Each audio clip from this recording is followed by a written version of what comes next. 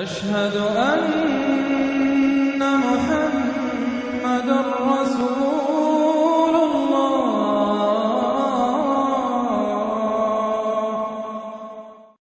سورۃ الممتحنہ، بسم اللہ الرحمن الرحیم۔ ممتحنہ کا جو زمانہ نزول ہے معین کر لیجئے، یہ ان دو رکوعوں کے ساتھ سمجھیے کہ جو سورہ توبہ میں ہم نے پڑھے، دوسرا اور تیسرا رکوع۔ فتح مکہ سے پہلے جو کچھ رد و قدا چل رہی تھی کہ نہیں کرنا چاہیے، کاہے کے لیے فوج کشی کر رہے ہیں، اور اس پر پھر جو اللہ تعالیٰ کی طرف سے جو تبصرہ آیا، منافقین تھے یا ضعفاء تھے، ان کے اعتراضات کے جواب دیے گئے۔ آخر مکے والے کتنے ہی برے صحیح، بہرحال وہ حرم کی خدمت کرتے ہیں، لہذا ان کا ایک نیکی کا مقام بھی ہے۔ وہ ساری دلیلیں پڑھ چکے ہیں۔ سورہ توبہ رکوع 2 اور 3، یہ بھی 2 رکوع ہیں۔ اسی موقع پر ایک بہت مخلص مومن صحابی، ان سے ایک بہت بڑی غلطی ہو گئی۔ حضرت حاتب ابن ابی بلتع رضی اللہ تعالی عنہ، بدری ہیں۔ ان کے گھر والے، ان کا پورا کنبہ ابھی مکے میں تھا، اور ان کا کوئی وہاں پہ رشتہ دار ایسے نہیں تھے کہ جو ان کی حفاظت کر سکے۔ انہیں یہ اندیشہ ہوا کہ اگر واقعی اب جنگ ہو گئی اور اگر ہم جا رہے ہیں مکے پر چڑھائی کرنے کے لیے، تو پھر یہ ہے کہ مکے میں جو مشرکین ہیں، کفار ہیں، وہ میرے بچوں کو، میرے گھر والوں کو شدید نقصان پہنچا سکتے ہیں۔ لہٰذا میں ان کے ساتھ کوئی نیکی کروں تاکہ میرے اس احسان کو پیش نظر رکھ کر وہ میرے گھر والوں کا لحاظ کریں۔ انہوں نے ایک خط لکھا مکے والوں کے نام، اور اس میں گویا کہ وہ سیکریٹ جو ہے وہ لیک کر دیا کہ محمد اب تم پر چڑھائی کرنے والے ہیں صلی اللہ علیہ وسلم۔ یہ احسان دھرا۔ ایک عورت کو وہ خط دیا، اس عورت نے اس خط کو اپنی چٹیا میں باندھ لیا تاکہ تلاشی لی جائے تو کہیں سے نکلے نہ، اور وہ عورت وہ خط لے کر روانہ ہو گئی۔ ادھر حضور کو اللہ تعالیٰ نے وحی سے مطلع کر دیا۔ حضور نے بھیجا حضرت علی اور ان کے ساتھ ایک اور صاحب کہ جاؤ فلاں جگہ اس وقت وہ عورت ہوگی، تم جا کے اس کو وہاں ٹھہری ہوئی ہے راستے میں کسی منزل میں، اس کے پاس خط ہے، وہ لے کے آؤ۔ وہاں پہنچے، عورت موجود تھی۔ محمد رسول اللہ کی دی ہوئی خبر تو غلط نہیں ہو سکتی تھی۔ اس سے پوچھا، نہیں قتل نہیں۔ اس کی جو تلاشی لی تو کہیں نہیں نکلے۔ پھر حضرت علی نے دھمکی دی، دیکھو ہمیں ہمارے نبی نے بتایا ہے تمہارے پاس خط ہے، جھوٹا نہیں ہو سکتا وہ، یا تو تم سیدھی خط مجھے نکال دو ورنہ میں تمہیں برہنہ کر کے تمہاری تلاشی لوں گا۔ آج کل آپ کو معلوم ہوگا نا کہ سعودی عرب میں ہیروئن کی سمگلنگ میں عورتیں اپنے پرائیویٹ پارٹس کے اندر بھی یہ سمگلنگ کرتی ہیں اس کے ذریعے سے۔ بہرحال یہ دھمکی سن کر وہ پھر اس نے کھول کے اپنی چٹیا اور نکال کے دے دی۔ وہ خط لے کے آ گئے۔ اب وہ راز کھل گیا، ابی بلتع کو بلایا، حاتب نے ابی بلتع کو مان لیا، اپنی حضور یہ میرا خط ہے۔ حضرت علی نے کہا کہ، یا حضرت عمر نے کہ آپ مجھے اجازت دیں کہ میں اس کی گردن مار دوں ابھی؟ آپ نے فرمایا نہیں، حاتب بدری ہے اور بدریوں کے تمام اللہ تعالیٰ پچھلے اگلے گناہ معاف کر چکا ہے، تو اس کی وہ جو فضیلت ہے اس کی وجہ سے جو خطا ہو گئی اللہ معاف کرے گا۔ تو وہ ہے اصل میں کشاکش پس منظر میں جس میں کہ یہ صورت نازل ہو رہی ہے۔ یا ایھا الذین آمنوا لا تتخذوا عدوی وعدوکم اولیاء، اہل ایمان تم میرے اور اپنے دشمنوں کو اپنا دوست اور ولی نہ بناؤ۔ ان کی خیر خواہی، ان کی بھلائی، ان پہ احسان کرنے کی کوشش، ان کے ساتھ اپنے گڈ آفیسز بلڈ کرنے کی کوشش۔ تلقون الیہم بالمودۃ، تم ان پر ان کی طرف رجوع کرتے ہو، بھیجتے ہو پیغام دوستی کے، خلوص و اخلاص کے۔ وقد کفروا بما جاءکم من الحق، حالانکہ انہوں نے کفر کیا ہے، انکار کیا ہے اس حق کا جو تمہارے پاس آیا ہے۔ یخرجون الرسول وایاکم، وہی ہے جو نکالتے ہیں، یعنی جنہوں نے نکالا ہے رسول کو صلی اللہ علیہ وسلم، تمہیں بھی نکالا ہے، ان تؤمنوا باللہ ربکم، صرف اس جرم کی پاداش میں کہ تم ایمان رکھتے ہو اللہ پر، اپنے رب پر۔ ان کنتم خرجتم جہادا فی سبیلی، اگر تو تم نکلے تھے مکے سے اور تم نے ہجرت کی تھی اس لیے کہ میری راہ میں جہاد کرو گے تو یہ طرز عمل تو پھر اس کے منافی ہے. وابتغاء مرضاتی، اور میری رضا جوئی کے لیے تم نکلے تھے تو سرون الیہم بالمودہ، تم خفیہ پیغامات بھیجتے ہو ان کو دوستی کے، احسان کے مبنی. وَأَنَا أَعْلَمُ بِمَا أَخْفَيْتُمْ، تم نے خفیہ پیغام بھیجا، میں تو خوب جانتا ہوں جسے تم چھپاتے ہو. وَمَا أَعْلَنْتُمْ، جسے تم ظاہر کرتے ہو. وَمَنْ يَفْعَلْهُ مِنْكُمْ فَقَدْ ضَلَّ سَوَاءَ السَّبِيلِ، جو کوئی بھی تم میں سے یہ کام کرے گا وہ تو پھر سیدھے راستے سے بھٹک گیا. یہ ایک آیت ہے، اب تک نوٹ کر لیجیے. مدنی صورتوں کا جو مزاج ہے. یا ایھا الذین آمنوا لا تتخذوا عدوی وعدوکم اولیاء تلقون الیہم بالمودۃ وقد کفروا بما جاءکم من الحق یخرجون الرسول وایاکم ان تؤمنوا باللہ ربکم ان کنتم خرجتم جہادا فی سبیلی وابتغاء مرضاتی تسرون الیہم بالمودۃ وانا اعلم بما اخفیتم وما اعلنتم ومن یفعلہ منکم فقد ضل سواء السبیل. ان یثقفوکم یکونوا لکم اعداء، اگر وہ کہیں تمہیں پا لیں، یعنی تم ان کے ہاتھ لگ جاؤ، ہتھے چڑھ جاؤ، وہ تمہارے ساتھ دشمنی کریں گے. وَيَبْسُطُوا إِلَيْهِمْ أَيْدِيَهُمْ، اپنے ہاتھ بڑھائیں گے تمہاری طرف. وَأَلْسِنَتَهُمْ، اور اپنی زبانیں، بِالسُّوءِ، برے ارادے کے ساتھ تمہیں نقصان پہنچائیں گے، ان کی زبانیں بھی ان کے ہاتھ بھی. وَوَدُّوا لَوْ تَكْفُرُونَ، اور ان کی خواہش ہوگی شدید کہ کسی طرح تم بھی دوبارہ کافر ہو جاؤ. لَن تَنفَعَكُمْ أَرْحَامُكُمْ، تمہیں ہرگز نفع نہیں پہنچائیں گے تمہارے رحمی رشتے. ولا اولادکم، نہ تمہاری اولادیں. یوم القیامہ، قیامت کے دن. یفصل بینکم، اللہ فیصلہ کر دے گا تمہارے مابین. واللہ بما تعملون بصیر، اور جو کچھ تم کر رہے ہو اللہ اسے دیکھ رہا ہے. قد کانت لکم اسوۃ حسنۃ فی ابراہیم والذین معہ، تمہارے لیے ایک اچھا نمونہ ہے، بہت عمدہ ماڈل ہے، اسوہ حسنہ ہے. فی ابراہیم والذین معہ، ابراہیم اور ان کے ساتھیوں کے معاملے میں، ان کی شخصیتوں کی صورت میں. اذ قالوا لقومہم، جبکہ انہوں نے کہا اپنی قوم سے، برملا کہہ دیا، انا براء منکم، ہم بری ہیں تم سے، ومما تعبدون من دون اللہ، اور جن کو بھی تم پوج رہے ہو اللہ کے سوا، ہمارا ان سے کوئی رشتہ نہیں، کوئی تعلق نہیں. ہم اعلان برات کر رہے ہیں ان سے. کفرنا بکم، ہم منکر ہوئے تم سے بھی. وبدا بیننا وبینکم العداوۃ والبغضاء ابدا، اور اب تمہارے اور ہمارے مابین عداوت اور بغض اور بیل شروع ہو چکا ہے، اب یہ ہمیشہ باقی رہے گا. حتی تؤمنوا باللہ وحدہ، جب تک کہ تم ایمان نہ لاؤ اللہ پر توحید کے ساتھ. یعنی جب تک اس طرح لنگی تلوار نہ بن جائے ایک مومن. حزب اللہ کو لنگی تلوار بننا پڑتا ہے، رشتوں کو کاٹنا پڑتا ہے. وَلَوْ كَانُوا آبَاءَهُمْ أَوْ أَبْنَاءَهُمْ أَوْ إِخْوَانَهُمْ أَوْ عَشِيرَتَهُمْ، سورہ مجادلہ میں پڑھا ہے ابھی. تو یہ حضرت ابراہیم علیہ السلام کا معاملہ. إِلَّا قَالَ إِبْرَاهِيمَ لِأَبِيهِ لَأَسْتَغْفِرَنَّ لَكَ، سوائے اس کے کہ ابراہیم نے ایک وعدہ کیا تھا اپنے باپ سے کہ میں آپ کے لیے ضرور استغفار کروں گا. یہ سورہ مریم میں ہم پڑھا ہے، جب اس نے کہا تھا کہ تم نکل جاؤ. وَاهْجُرْنِي مَلِيًّا اراغب انت عن آلہتی یا ابراہیم لئن لم تنتہ لارجمنک واہجرنی ملیا. حضرت ابراہیم نے کیا کہا تھا؟ سلام علیک ساستغفر لک ربی انہ کان بی حفیا، میں آپ کے لیے ابا جان میں اپنے اللہ سے دعا کروں گا، استغفار کروں گا. وما املک لک من اللہ من شیء، مجھے اختیار کوئی نہیں ہے آپ کے بارے میں اللہ کے ہاں، کچھ نہیں، آخری اختیار اللہ کا ہے. ربنا علیک توکلنا والیک انبنا والیک المصیر، پروردگار ہم نے تجھی پر توکل کیا اور الیک انبنا، اور تیری طرف سے رجوع کیا، والیک المصیر، اور تیری طرف لوٹ جانا ہے.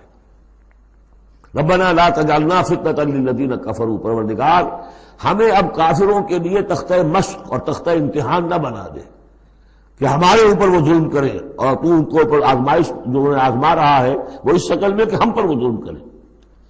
جیسے اللہ تعالیٰ کفار مکہ کو آزما رہا تھا، لیکن تختہ ستم، تختہ مشق کون؟ صحابہ کرام بنے ہوئے تھے. واغفر لنا، اور ہمیں بخش دے، انک انت العزیز الحکیم، یقیناً تو ہی ہے سب کچھ زبردست اور حکمت والا. اب یہاں نوٹ کر لیجئے کہ سورہ توبہ میں آ چکا ہے کہ حضرت ابراہیم نے آخر میں آ کر تبرأ منہ، جب انہوں نے معلوم ہو گیا کہ میرا باپ تو دشمن ہے، اللہ کا دشمن ہے، تو برات کی. یہ آیتیں جو ہیں یہ سن 8 میں فتح مکہ سے قبل نازل ہو رہی ہیں. حاطب بن بلتع کا واقعہ ہے، ابھی مکے طرف روانگی نہیں ہوئی ہے. اور وہ آیتیں جو ہیں وہ سن 9 میں نازل ہو رہی ہیں، اس کے بھی ذی قعدہ کے بھی بعد، جبکہ واپس آ گئے حضور صلی اللہ علیہ وسلم تبوک سے. لہذا وہ ہوگی محکم، اور یہ بات جو ہے اس کے پہلے یہ گویا کتابیں رہے گی. لقد کان لکم فیہم اسوۃ حسنۃ، تمہارے لیے یقیناً ان کی ذات میں، ان کے رویے میں، ان کے طرز عمل میں ایک اچھا نمونہ ہے. لمن کان یرجو اللہ والیوم الآخر، لیکن کس کے لیے؟ کہ جو اللہ کی بھی ملاقات کی امید رکھتے ہو اور یوم آخر سے ڈرتے ہو. بالکل یہی الفاظ وہاں آئے تھے. لقد کان لکم فی رسول اللہ اسوۃ حسنۃ لمن کان یرجو اللہ والیوم الآخر وذکر اللہ کثیرا. یہ سورہ احزاب میں ہم پڑھ چکے ہیں. حضور کی شخصیت، آپ کی سیرت اسوہ کاملہ ہے، لیکن فائدہ کون اٹھائیں گے؟ فائدہ صرف وہی اٹھا سکیں گے کہ جو اللہ پر بھی ایمان رکھتے ہو، آخرت پر بھی ایمان رکھتے ہو اور کثرت کے ساتھ اللہ کا ذکر کرتے ہو. اسی طریقے سے یہاں لقد کان لکم فیہم اسوۃ حسنۃ لمن کان یرجو اللہ والیوم الآخر ومن یتولی فإن اللہ هو الغنی الحمید. اور جو منہ پھیر لے، پیٹھ موڑ لے، اللہ غنی ہے، حمید ہے، اللہ کو کسی کی پرواہ نہیں، کوئی احتیاج نہیں. اب آخری مسئلہ آ رہا ہے خاص طور پر بعض خواتین کا. ہوا یہ تھا کہ صلح حدیبیہ میں طے ہو گیا تھا، جو سن 6 میں ہوئی، کہ مکے سے اگر کوئی مسلمان بھاگ کر جائے گا مدینے تو آپ کو واپس کرنا ہوگا، اور مدینے سے اگر کوئی مسلمان مرتد ہو کر واپس آئے مکے تو ہم واپس نہیں کریں گے. یہ شرط تھی، اور شرط مان لی تھی حضور نے. اس کے بعد معاملہ پیش آ گیا چند خواتین کا. اب ظاہر بات ہے کہ اب خواتین جو ہے ان میں سے کوئی مدینے آ گئی، مطالبہ ہوا ان کا واپس کریں. جو مسلمان تھی ایمان لے آئی تھی. حضور نے فرمایا نہیں، وہ مردوں پر بحث تھی، ساری گفتگو جو ہوئی تھی وہ رجال سے متعلق تھی، نساء کی نہیں، لہذا ان کو واپس نہیں کیا جائے گا، اور نہیں کیا گیا. لیکن یہ کہ اب جو وہاں سے خواتین آ رہی ہیں، کہہ رہی ہیں کہ ہم تو صاحب ایمان ہیں، اس لیے ہم ہجرت کر کے مکے سے آ گئی ہیں یہاں. اندیشہ یہ تھا کہ ان میں کہیں جاسوس نہ آ رہے ہوں، مکے والے جو ہیں ان کے ذریعے سے کچھ اسکینڈلائز نہ کریں ہماری سوسائٹی کو. کچھ کہہ نہیں سکتے، لہذا ان کا معاملہ کیا کیا جائے. پھر یہ کہ ان کے شوہر تو وہاں ہیں، شادی تو وہاں ہوئی ہوئی ہے ان کی، تو آیا یہ اب یہاں مسلمانوں کے لیے حلال ہے اس درجے میں کہ وہ ان سے نکاح کر سکیں، یا وہ رشتہ برقرار رہے گا؟ کافر جو ہے ان کی بیویاں یہ مسلمان ہو گئی، یہ آ گئی. تو یہ مسائل تھے خواتین کے کہ جن کو اس رکوع میں سورہ ممتحنہ کے اور آخر میں پھر خواتین کی بیعت کا تذکرہ ہے اس میں. اور یہ میں سمجھتا ہوں کہ اللہ تعالیٰ کی طرف سے کمپنسیشن ہوتی ہے. جیسا کہ میں نے بتایا تھا کہ باپ اور ماں میں فرق یہ رکھا گیا، قانونی طور پر باپ کا پلڑا بھاری ہے. باپ طلاق دے سکتا ہے ماں کو، ماں تو خلا ہی لے سکتی ہے، طلاق دے نہیں سکتی. اور اگر طلاق ہو جائے گی تو اولاد باپ کی شمار ہوگی، ماں کی نہیں. یہ قرآن کا قانون ہے. لیکن دوسری طرف ماں کی خدمت 3 درجے زیادہ ضروری ہے باپ سے. خدمت میں 3 درجے فائق رکھ دیا ماں کو، اور کہا کہ جنت اس کے قدموں تلے. تو کمپنسیشن ہوتی ہے، کسی ایک جگہ پر کمی ہے تو دوسری جگہ اس کو، اسی کا نام بیلنس ہے. یہ ترازو کے یہ دونوں جو ہیں، اگر بازو جو ہیں یہ برابر ہے تو ایک سیر ادھر ڈالیں گے، ایک سیر ادھر ڈالیں گے، ترازو کی ڈنڈی سیدھی رہے گی. ایک چھوٹا ہے ایک بڑا ہے تو چھوٹے میں اب کم ڈالنے سے، اور چھوٹے میں زیادہ ڈالنا پڑے گا اور بڑے میں کم، تب وہ تو یہ بیلنس تو تب ہوگا کہ وہ جو کمی ہے اس کو پیش نظر رکھیں. یہ ہے معاملہ کہ جو یہاں پہ بیان ہوا. وہ بیلنس کیا کیا اللہ تعالیٰ نے؟ مردوں کی بیعت کا قرآن میں ذکر ہے، اس کا متن قرآن میں کہیں نہیں ہے. بیعت عقبہ اولیٰ کا کیا متن تھا، بیعت عقبہ ثانیہ کا متن کیا تھا، کیا بیعت ہوئی تھی، کیا الفاظ تھے، بیعت رضوان کے موقع پہ کیا جو الفاظ کا تھے، کہیں نہیں، قرآن میں نہیں. احادیث میں مل جائیں گے. خواتین کی بیعت کو یہ فضیلت دے دی کہ اس کا پورا متن بھی قرآن مجید میں موجود ہے. فرمایا عسى الله ان يجعل بينكم وبين الذين، ابھی وہ مسئلہ ابھی چل رہا ہے، وہ خواتین کا مسئلہ بعد میں آئے گا. عسى الله ان يجعل بينكم وبين الذين عاديتم منهم مودة. ہو سکتا ہے مسلمانوں کہ جو تمہارے اور جن کے مابین دشمنی پڑ گئی ہے اللہ تعالیٰ تمہارے مابین پھر دوستی پیدا کر دے. کیسے پیدا کر دے؟ وہ ایمان لے آئے. فاخوانکم فی الدین. اور کوئی زیادہ دور تو نہیں تھا اب مرحلہ. فتح مکہ کے بعد سن 9 میں وہ آیات آئیں کہ 4 مہینے کی مہلت ہے، اس میں ایمان نہیں لاؤ گے تو گردنیں اڑا دی جائیں گی. سب کے سب لوگ ایمان لے آئے. تو اب ہو گئے بھائی اخوانکم فی الدین. عسى الله ان يجعل بينكم وبين الذين عاديتم منهم مودة والله قدير والله غفور رحيم. اللہ ہر شے پر قادر ہے اور غفور ہے اور رحیم ہے. لا ينهاكم الله عن الذين لم يقاتلوكم. اللہ تعالیٰ تمہیں ان لوگوں سے نہیں روکتا کہ جنہوں نے تم سے کبھی جنگ نہیں کی فی الدین، دین کے معاملے میں. ولم يخرجوكم من دياركم. اور نہ تمہیں نکالا تمہارے گھروں سے. ان تبروهم وتقسطوا اليهم. کہ تم ان کے ساتھ کوئی بھلائی کرو یا انصاف کا معاملہ کرو. یہاں بھی ولایت کا معاملہ نہیں ہے. کافر کو ولی نہیں بنایا جا سکتا، پشت پناہ، مددگار، حمایتی، قلبی محبت نہیں ہو سکتی، لیکن کوئی نیک سلوک کرنا، کوئی بھلائی کرنا، اس میں کوئی اعتراض نہیں. کافروں کے ساتھ کرو. جو غیر حربی ہے، جس کے ساتھ جنگ نہیں ہے، جس نے کبھی آپ کے خلاف آپ کے کسی دشمن کی مدد نہیں کی ہے، اس کا معاملہ مختلف رہے گا. ان اللہ یحب المقسطین. اللہ تعالیٰ انصاف کرنے والوں کو پسند کرتا ہے. انما ینہاکم اللہ عن الذین قاتلوکم فی الدین. تمہیں اللہ روک رہا ہے ان سے کہ جنہوں نے تم سے جنگ کی ہے دین کے معاملے میں، دین کی وجہ سے. واخرجوکم من دیارکم. نکالا ہے تمہیں تمہارے گھروں سے. وظاہروا علی اخراجکم. اور انہوں نے گٹھ جوڑ کیا ہے تمہارے نکالنے پر، ایک دوسرے کی مدد کی ہے. ان تولوہم. کہ تم ان کے ساتھ ولایت، باہمی ولایت، باہمی کا رشتہ قائم کرو، اس سے روکا ہے. وَمَن يَتَوَلَّهُمْ. اور جو کوئی ان کے ساتھ دوستی کرے گا فَأُولَٰئِكَ هُمُ الظَّالِمُونَ. تو وہی لوگ ہیں کہ جو ظالم ہیں. یا ایھا الذین آمنوا. یہاں سے اب خواتین کا معاملہ. یا ایھا الذین آمنوا اذا جاءکم المؤمنات مہاجرات. اہل ایمان جب تمہارے پاس آئے مومن خواتین ہجرت کر کے، فامتحنوہن. تو ان کا ذرا امتحان لے لیا کرو، دیکھ بھال کر لیا کرو یہ واقعی مومن ہے. کچھ تھوڑی سی انٹروگیشن ہو، سرسری سی اندازہ ہو جائے. لیکن اللہ عالم بایمانہن. باقی یہ کہ اللہ تعالیٰ بہتر جانتا ہے کسی کے دل میں ایمان ہے یا نہیں ہے. آپ کے لیے ناممکن ہے کہ آپ اس کی صحیح تفتیش کر سکیں. تاہم پھر بھی کسی درجے میں ایک احتیاطی تدبیر اختیار کرو کہ دیکھ لیا کرو کہ وہ واقعتاً ایمان والی ہے.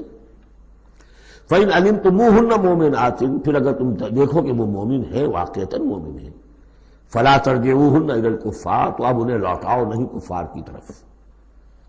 لَا هُنَّ حِلٌّ لَهُمْ. نہ وہ اب ان کافروں کے لیے حلال رہی ہیں، وَلَا هُمْ يَحِلُّونَ لَهُنَّ. نہ وہ ان کے لیے حلال ہے. وَآتُوهُمْ مَا أَنفَقُوا. جو کچھ انہوں نے خرچ کیا تھا، مہر دیا تھا، وہ لوٹا دو، یہاں سے دے دو، بھجوا دو. فلاں کافر، اس کی بیوی مسلمان ہو گئی، یہاں آ گئی ہے، اب یہاں تعلق ازدواج ختم ہوا، جو مہر تم نے دیا تھا وہ واپس کر رہے ہیں. دیکھیے یہ ہے عدل و انصاف. جیسے کہ حضرت خالد بن ولید نے ایک موقع پر، جبکہ شام کے محاذ پر ذرا پیچھے ہٹنا پڑا، غالباً ابو عبیدہ کا معاملہ تھا رضی اللہ تعالی عنہما. تو ایک شہر جس سے کہ جزیہ لے لیا گیا تھا، پھر چونکہ وہاں سے پسپائی جو ہے ٹیکٹیکل موو کے طور پر وہاں سے پیچھے ہٹنا پڑا، تو وہ سارا جزیہ واپس کر دیا. ہم جا رہے ہیں، اب آپ لوگوں کی حفاظت کا ذمہ ہم نہیں لے سکتے. ذمہ کا مطلب ہے ہمیں آپ کی حفاظت کی ذمہ داری پوری کرنی تھی، نہیں کر سکتے. یہ رقم واپس. اور دھاڑے مار مار کر وہ روئے کہ یہ لوگ فرشتہ لوگ یہ جا رہے ہیں ہمیں چھوڑ کر. تو یہاں بھی کہا جا رہا ہے کہ وہ کافر ہیں، لیکن یہ کہ ان کے جو انہوں نے مہر وغیرہ دیا ہوا ہے مسلمان عورتوں کا واپس کر لوٹا دو. وَلَا جُنَاحَ عَلَيْكُمْ أَن تَنكِحُوهُنَّ إِذَا آتَيْتُمُوهُنَّ أُجُورَهُنَّ. اور اے مسلمانوں تم پر کوئی حرج نہیں ہے، کوئی گناہ نہیں ہے کہ تم اب ان خواتین سے نکاح کر لو جبکہ تم انہیں ان کے مہر ادا کر دو. وَلَا تُمْسِكُوا بِعِصَمِ الْكَوَافِرِ. اور اگر تمہاری بیویاں وہاں ہیں، کوئی رہ گئی ہیں، اب کفر پہ ہیں، تو تم بھی ان کے ناموس کو اپنے قبضے میں نہ رکھو، یعنی انہیں طلاق دے دو، انہیں فارغ کر دو کہ ہمارا تم سے کوئی تعلق نہیں. بس وَاسْأَلُوا مَا أَنفَقْتُمْ. اور ان سے مانگ لو جو بھی تم نے ان کو دیا تھا مہر کے طور پر. جب ہمارے اور تمہارے درمیان وہ رشتہ ختم ہوا، میرا مہر واپس کرو. وَلْيَسْأَلُوا مَا أَنفَقُوا. جو انہوں نے خرچ کیا تھا وہ مانگ لیں. جو یہاں مسلمان عورتیں آ گئی ہیں ان کا مہر لوٹا دیا جائے. ذالکم حکم اللہ یحکم بینکم. یہ اللہ کا حکم ہے اور اللہ تمہارے مابین فیصلہ کر رہا ہے. واللہ علیم الحکیم، اللہ سب کچھ جاننے والا ہے، کمال حکمت والا۔ وَإِنْ فَاتَكُمْ شَيْءٌ مِّنْ أَزْوَاجِكُمْ، اور اگر کوئی چیز جاتی رہے تمہارے ہاتھ سے تمہاری بیویوں کے معاملے میں، یعنی مسلمان مرد ہجرت کر کے آ گیا، بیوی اس کی وہاں پر ہے اور وہ کافرہ ہے، مشرکہ ہے، اور اس سے وہ کہتا ہے میرا مہر واپس کرو، وہ نہیں کرتی، وہ مہر واپس نہیں کر رہی، اسے یہاں پہ نکاح کرنے کے لیے مہر ادا کرنا پڑے گا، اس کے پاس پیسے نہیں۔ اس مسئلے کا حل بتایا۔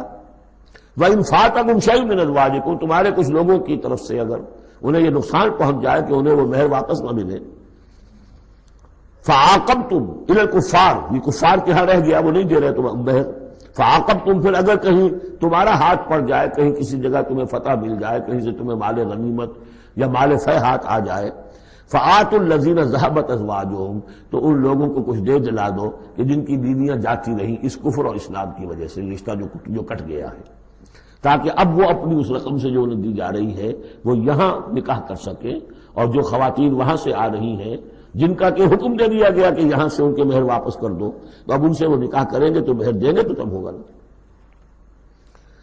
فَآتُوا الَّذِينَ ذَهَبَتْ أَزْوَاجُهُمْ مِثْلَ مَا أَنفَقُوا وَاتَّقُوا اللَّهَ الَّذِي أَنتُم بِهِ مُؤْمِنُونَ، اور اس اللہ کا تقوی اختیار کرو جس پر کہ تمہارا ایمان ہے۔ یا ایھا النبی، اے نبی صلی اللہ علیہ وسلم، اذا جاءک المؤمنات یبایعنک، جب آپ کے پاس آئیں مومن خواتین آپ سے بیعت کرتی ہوئی، علی اللہ یشرکن باللہ شیئا، پہلی شرط یہ ہے کہ وہ عہد کریں کہ وہ اللہ کے ساتھ کسی شے کو شریک نہیں کریں گی، ولا یسرقن، دوسری یہ کہ چوری نہیں کریں گی، ولا یزنین، کوئی بدکاری نہیں کریں گی، ولا یقتلن اولادہن، اپنی اولاد کو قتل نہیں کریں گی، ولا یاتین ببہتان یفترینہ بین ایدیہن وارجلہن، اور نہ ہی وہ کوئی ایسا طوفان باندھیں گی، کوئی بہتان لگائیں گی جو ان کے ہاتھوں اور پاؤں کے مابین سے ہو، سیکسول سکینڈلز، کوئی عورت جو توبہ کر دے کسی کے اوپر اس نے میری آبرو ریزی کی ہے یا اس نے کسی اور اعتبار سے، تو یہ چیزیں بھی نہیں، اور یہ ہوتا رہا ہے، انبیاء تک کے ساتھ ہوا ہے۔ ولا یعصینک فی معروف، اور آخری بات یہ اس بیعت کے اندر کہ جو بھی آپ بھلی بات ان سے کہیں گے اس کے اندر آپ کی نافرمانی نہیں کریں گے۔ یہ ہے آرٹیکلز آف بیعہ خواتین کے لیے۔ فبایعہن، تو اے نبی ان کی بیعت قبول کر لیجئے، انہیں بیعت کر لیجئے اپنے سے، واستغفر لہن اللہ، اور ان کے ساتھ ان کے لیے اللہ تعالیٰ سے استغفار کیجئے۔ ان اللہ غفور الرحیم، یقیناً اللہ غفور الرحیم ہے۔ اب یہاں نوٹ کر لیجئے کہ جو بیعت مردوں سے لی گئی بیعت عقبہ ثانیہ، بیعت عقبہ اولیٰ جو تھی وہ تقریباً یہی تھی، اسی لیے اس کو بیعت النساء بھی کہتے ہیں، پہلی بیعت۔ ابھی جو ہے وہ کوئی ایسی شکل سامنے نہیں تھی کہ کوئی جماعتی تشکیل ہو رہی ہو، جماعت بنانی ہو، اور ہمارے ہاں جو بھی صوفیاء ہیں جو بیعت لیتے ہیں وہ بھی تقریباً اسی کو دلیل بناتے ہیں، بیعت عقبہ اولیٰ اور بیعت النساء، وہ اسی بات کا عہد لیتے ہیں، شرک نہیں کروں گا، یہ نہیں کروں گا، چوری نہیں کروں گا، نیکی کے کام کروں گا، وغیرہ وغیرہ۔ تو صوفیاء کی بیعت، خواتین کی بیعت اور بیعت عقبہ اولیٰ تقریباً یہ ہے۔ لیکن وہ بیعت جس سے کہ جماعتی زندگی وجود میں آئی وہ بیعت عقبہ ثانیہ ہے۔ حضرت عبادہ بن ثابت رضی اللہ تعالیٰ عنہ سے اس کی پورا اس کا ٹیکسٹ جو ہے وہ موجود ہے، متفق علیہ حدیث ہے، جس کو بخاری میں بھی ہے، مسلم میں بھی ہے۔ بایعنا رسول اللہ صلی اللہ علیہ وسلم، وہ فرماتے ہم نے بیعت کی تھی اللہ کے رسول سے صلی اللہ علیہ وسلم، علی السمع، آپ کا ہر حکم سنیں گے، اطاعت کریں گے، فی العسر، تنگی، والیسر، اور آسانی میں بھی، والمنشط، اس حالت میں بھی کہ ہماری طبیعتوں میں انشراح ہو کہ ہاں یہ کام واقعتاً بہت مفید ہے، صحیح ہے، والمکرہ، اور اس حالت میں بھی کہ ہمیں اپنی طبیعتوں پر جبر کرنا پڑے، ہمیں اس فیصلے کے ساتھ اتفاق نہ ہو، وعلی اثرۃ علینا، اور اس کے باوجود کہ دوسروں کو ہم پر ترجیح دے دی جائے۔ ترجیح دے دی جائے کس بات میں؟ آپ امیر بنا رہے ہیں فلاں شخص کو، یہ تو ابھی نوبارد ہے، ابھی آیا ہے، ابھی شامل ہوا ہم میں، اور ہم پرانے آپ کے ساتھی ہیں، نہیں، پریروگیٹو ہے یہ آپ کا، جس کو چاہے امیر بنائیں۔ وعلی اللہ نضال الامر اہلہ، جنہیں آپ ذمہ دار بنائیں گے ان سے ہم جھگڑیں گے نہیں، ان سے لڑیں گے نہیں، ان کی اطاعت کریں گے۔ من اطاعنی فقد اطاع اللہ ومن عصانی فقد عصی اللہ، ومن اطاع امیری فقد اطاعنی ومن عصى امیری فقد عصانی وعلی ان نقول بالحق اینما کنا، آخری شق یہ کہ ہم حق بات ضرور کہیں گے جہاں کہیں بھی ہوں گے، لا نخاف فی اللہ لومۃ لائم، ہم کسی ملامت کرنے والے کی ملامت کے خوف سے اپنی زبان بند نہیں کریں گے۔ یہ بیعت عقبہ ثانیہ جو ہے اس کو ہم نے تنظیم اسلامی میں اختیار کیا، ایک لفظ کا اضافہ کیا، ابایعک علی السمع والطاعۃ فی المعروف، حضور کی اطاعت مطلق تھی، جو حکم دیں گے، غلط دے ہی نہیں سکتے معصوم ہے۔ حضور کے بعد ابو بکر کی بیعت بھی مطلق نہیں تھی، مقید ہے، مشروط ہے، کتاب و سنت کے دائرے کے اندر اندر۔ یہ بیعت ہے کیونکہ اس کے بعد حضور نے پہلی مرتبہ ایک تنظیمی ڈھانچہ قائم کیا کہ مدینے میں آپ نے 12 نقیب مقرر کر دیے۔ یہ تنظیمی شکل پہلی مرتبہ ہو رہی ہے آپ کی سیرت کے اندر۔ مکے میں تو چونکہ آپ خود موجود ہیں اور سب صحابہ وہیں ہیں، چھوٹا سا شہر ہے، تو کسی تنظیمی سانچے کی اور ڈھانچے کی اور لمبی چوڑی چین جو ہے بنانے کی ضرورت ہی نہیں۔ اب مدینہ دور ہے، وہاں کے کچھ لوگ 9 خزرج میں سے اور 3 اوس میں سے آپ نے نقیب بنائے، اب ان کی ذمہ داری بنی۔ اس طرح جماعتی تنظیم جو بنی ہے وہ اس بیعت پر بنی ہے۔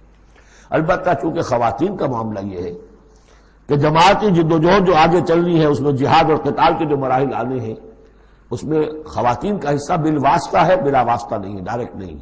وہ بیعت ان سے نہیں دی گئی بلکہ یہی بیعت لی گئی ہے کہ اس کے اندر یہ افعال ہیں، یہ نہیں کریں گے، اور یہ کہ ہاں جو امیر ہے حضور صلی اللہ علیہ وسلم جو بھی حکم دیں گے، جو بھلائی کا حکم ہوگا اس میں اور ان کی نافرمانی نہیں کریں گے۔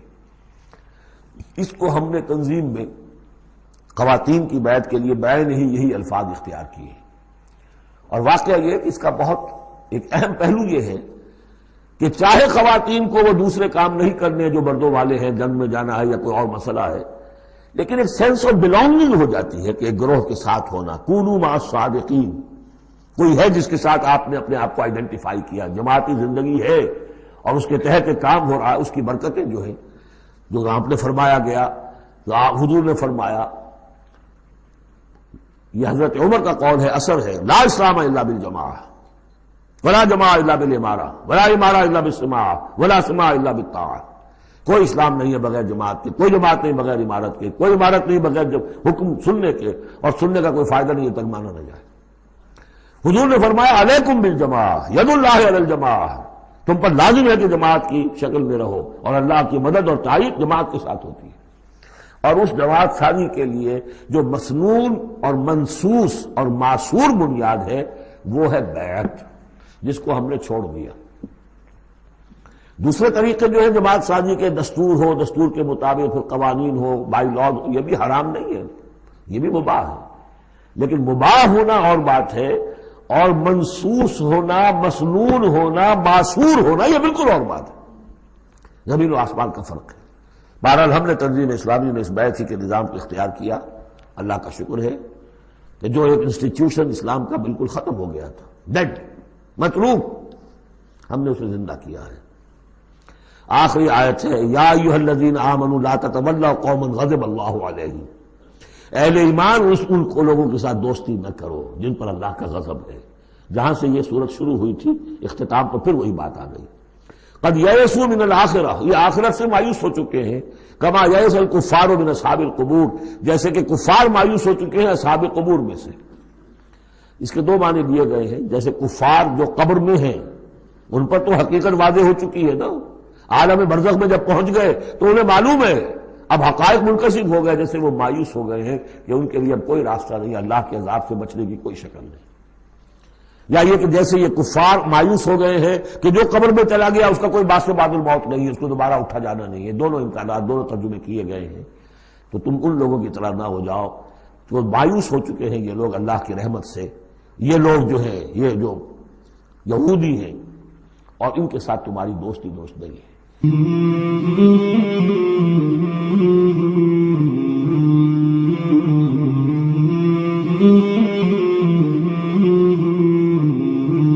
مولاي صل وسلم دائما أبدا على حبيبك خير الخلق كلهم مولاي صل